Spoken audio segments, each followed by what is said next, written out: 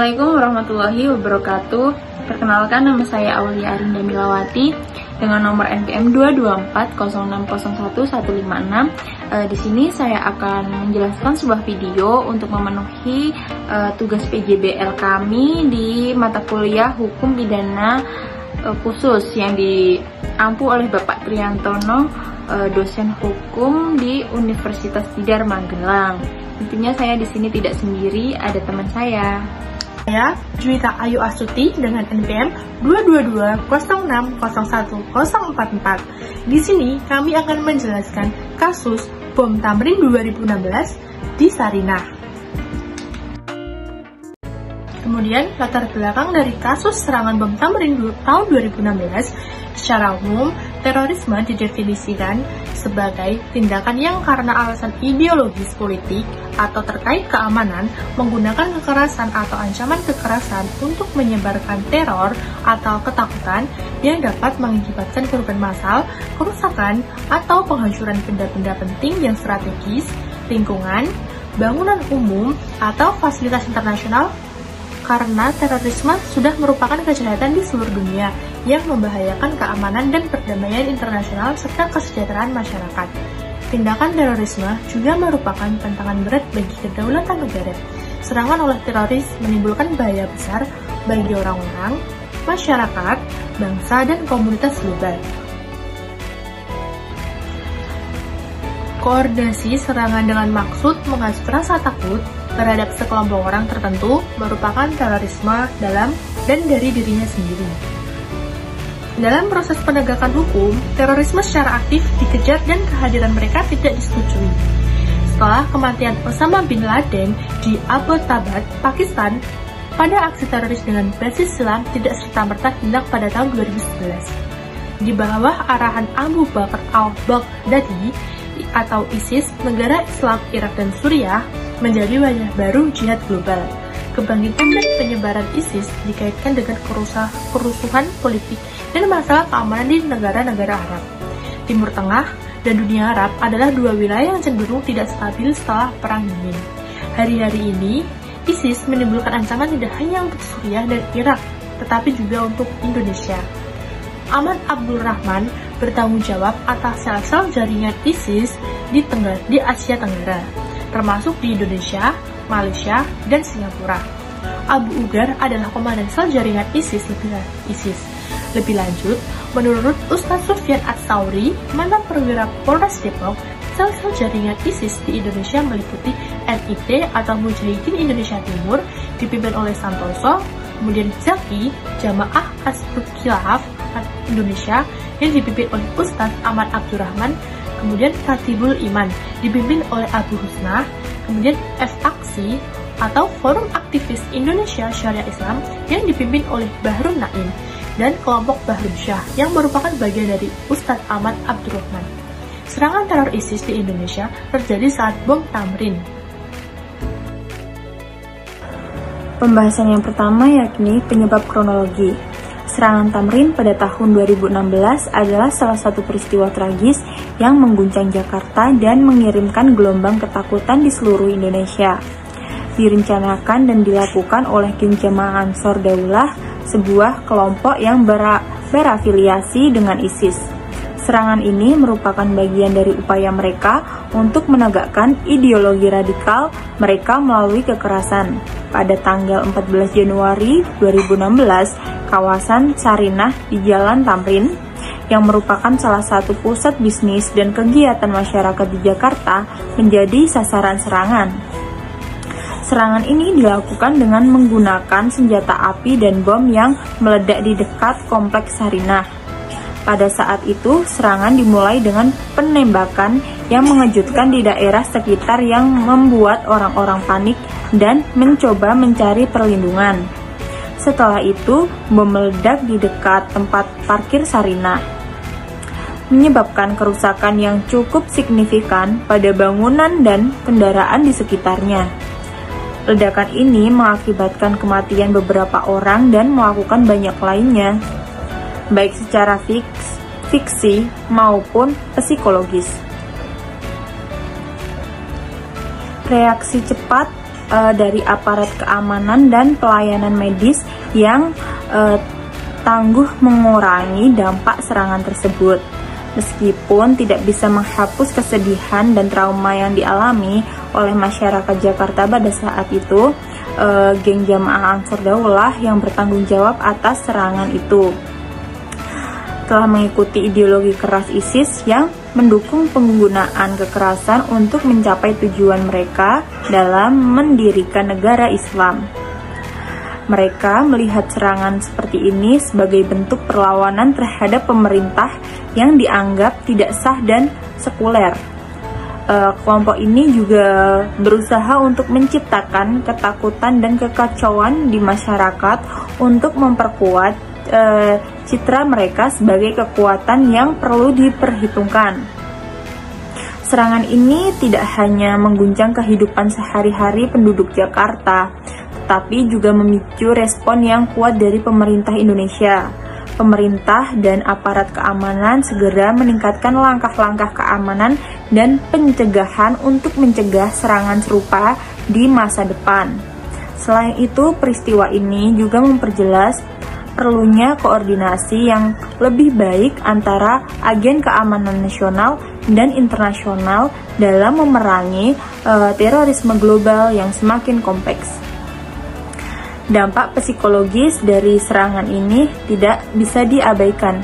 Masyarakat Jakarta, terutama mereka yang berada di sekitar lokasi serangan, mengalami trauma yang mendalam dan kehilangan terhadap kehidupan yang sebelumnya mereka anggap aman. Hal ini memperkuat kebutuhan akan program deradikalisasi yang efektif dan upaya pencegahan yang lebih baik untuk memastikan bahwa ideologi radikal tidak menemukan tempat subur di tengah-tengah masyarakat Indonesia yang beragam ini. Serangan Tamrin 2016 memberikan pengajaran yang berharga bagi Indonesia dan komunitas internasional dalam upaya mereka untuk melawan terorisme. Ini menunjukkan bahwa ancaman terorisme masih sangat nyata dan membutuhkan respons yang serius dan komprehensif dari semua pihak terkait. Yang kedua, ada dasar hukum yang digunakan peristiwa bom Tamrin pada tahun 2016. Memiliki dampak yang signifikan terhadap peraturan hukum terkait dengan pemberantasan terorisme di Indonesia. Sebagai tanggapan terhadap serangan tersebut, pemerintah Indonesia merasa perlu untuk mengubah kerangka hukum yang ada untuk lebih efektif mengatasi ancaman terorisme.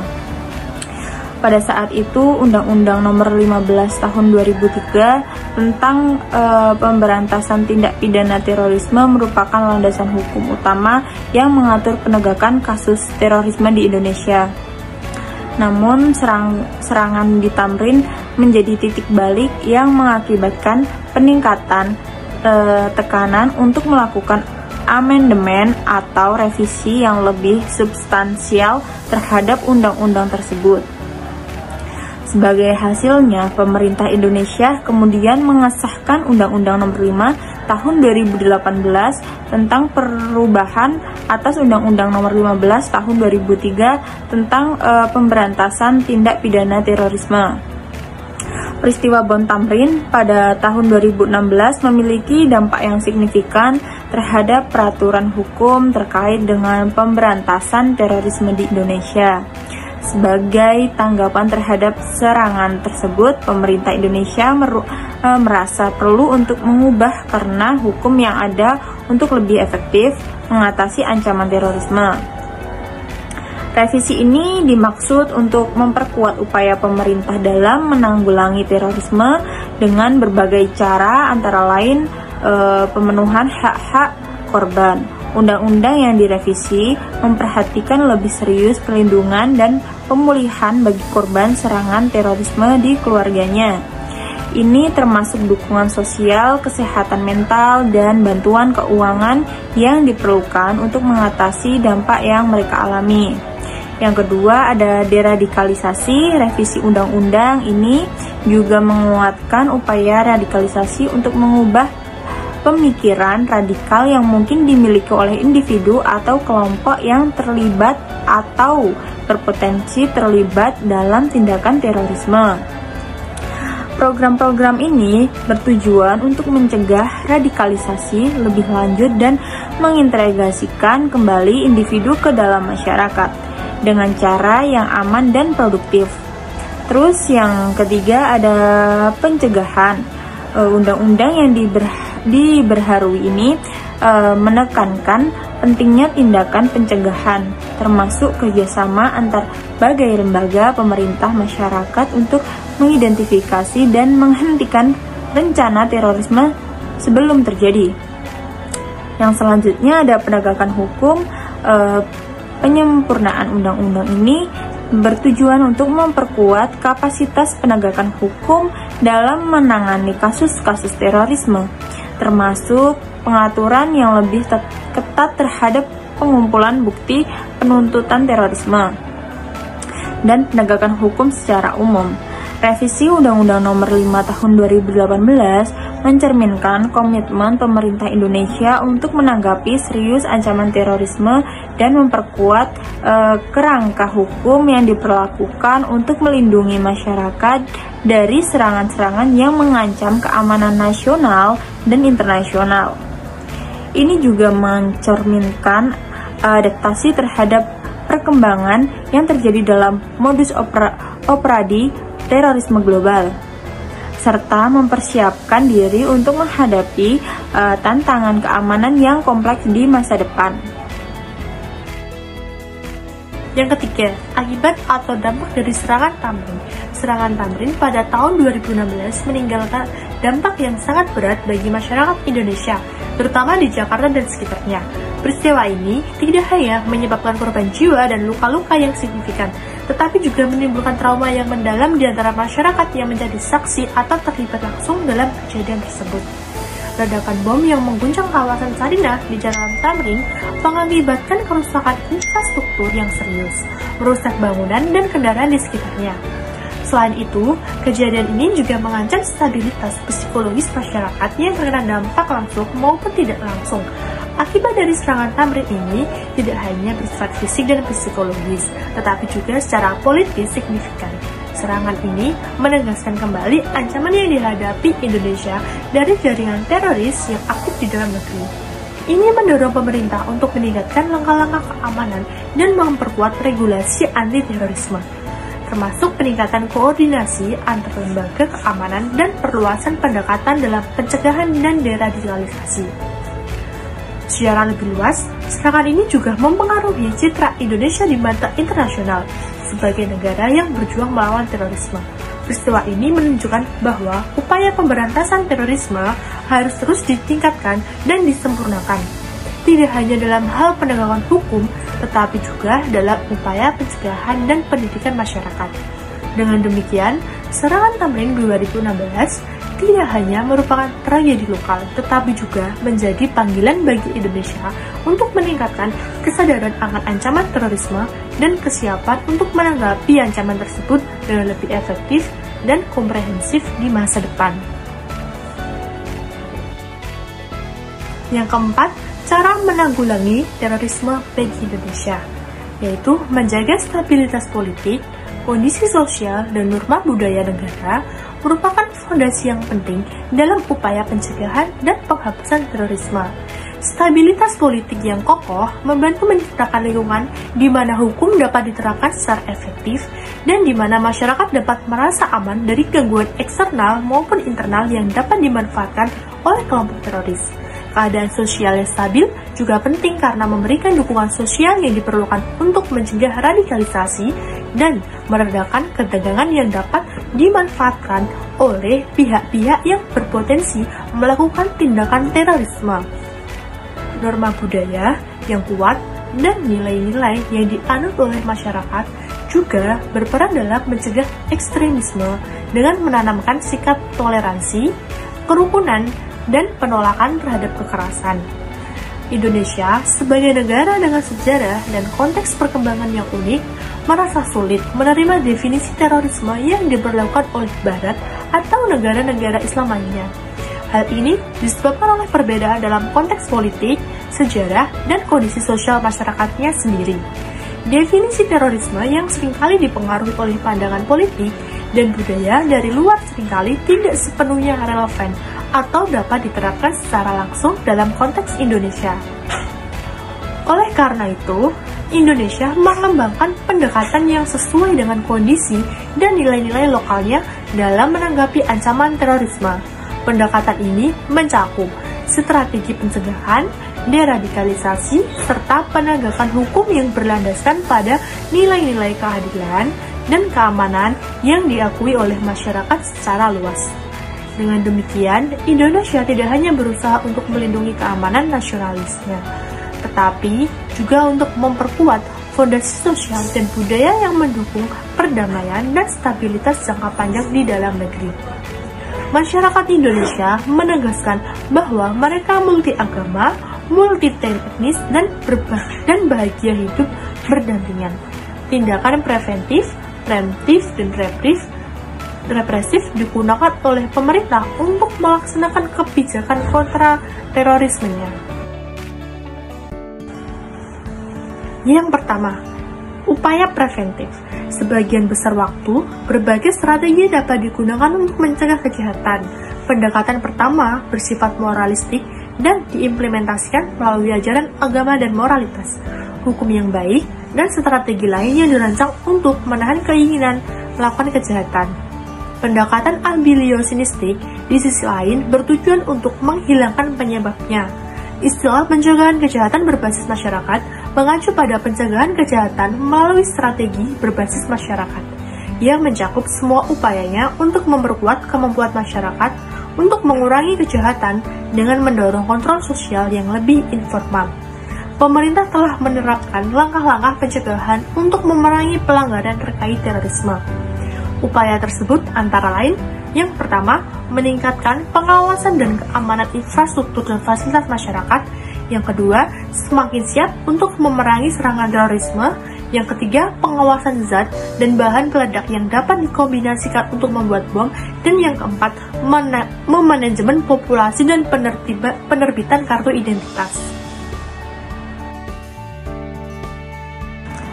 Upaya preemptif dalam melawan radikalisme dan terorisme memerlukan pendekatan yang komprehensif dan koordinasi dari berbagai sektor dalam masyarakat. Salah satu pendekatan yang paling kuat adalah menggunakan ajaran agama sebagai alat untuk memberikan pemahaman yang benar dan menghindarkan dari penafsiran yang ekstrim. Para pemimpin agama yang karismatik dan memiliki reputasi kuat di masyarakat memegang peran kunci yang paling kuat di dalam hal ini. Mereka tidak hanya dapat menyampaikan pesan perdamaian dan toleransi, tetapi juga mengidentifikasi dan menolak interpretasi yang salah atau ekstrim dalam ajaran agama. Hal ini yang bisa dimanfaatkan oleh organisasi fundamentalis ekstrim. Selain itu, interaksi dengan kelompok radikal yang dilakukan oleh partai politik, organisasi masyarakat, atau lembaga swadaya masyarakat yang memiliki pandangan radikal perlu dikendalikan dengan ketat. Keterlibatan mereka dalam upaya radikalisasi harus dipantau secara ketat untuk memastikan bahwa aktivitas mereka tidak malah memperkuat atau menyebabkan ideologi yang merugikan dan berpotensi memicu tindakan terorisme. Yang selanjutnya ada upaya represif. Berikut ini adalah tindakan hukuman yang telah diambil pemerintah untuk memerangi kejahatan teroris. Yang pertama ada pembentukan unit khusus dan Badan Penanggulangan Kejahatan Terorisme sebagai langkah pertama dalam mengakhiri pelanggaran teroris. Yang kedua ada serangan terhadap lokasi persembunyian teroris. Yang ketiga ada penerapan hukum pidana berat bagi mereka yang telah melakukan tindakan terorisme dan dinyatakan bersalah berdasarkan bukti yang ada. Kemudian untuk kesimpulan dari kasus ini yaitu peristiwa bom Tamrin 2016 tidak hanya merupakan momen tragis bagi Indonesia, tetapi juga menjadi titik balik penting dalam perjalanan peraturan hukum terkait pemberantasan terorisme di negara ini. Serangan ini mengingatkan kita akan ancaman nyata yang dihadapi oleh masyarakat dari jaringan teroris yang aktif di dalam negeri. Sebagai hasil dari serangan ini, pemerintah Indonesia mengambil langkah berani dengan merevisi Undang-Undang Nomor 15 Tahun 2003 yang kemudian menghasilkan Undang-Undang Nomor 5 Tahun 2018. Revisi ini tidak hanya memperkuat kerangka hukum untuk memberantas terorisme, tetapi juga meningkatkan perlindungan terhadap hak-hak korban, mendukung upaya deradikalisasi, mendorong pencegahan lebih efektif, dan memperkuat penegakan hukum dalam menangani kasus-kasus terorisme. Kemudian, untuk saran, yaitu pertama, memperkuat pengawasan terhadap implementasi Undang-Undang Nomor 5 Tahun 2018 dalam menanggapi tindak terorisme. Yang kedua, memperkuat kerjasama internasional dalam pertukaran informasi dan intelijen untuk menghadapi ancaman terorisme yang semakin global dan kompleks. Kemudian yang ketiga, meningkatkan pendidikan masyarakat tentang bahaya radikalisme dan terorisme melalui berbagai kanal, termasuk pendidikan formal, informasi melalui media, dan pengajaran di institusi keagamaan.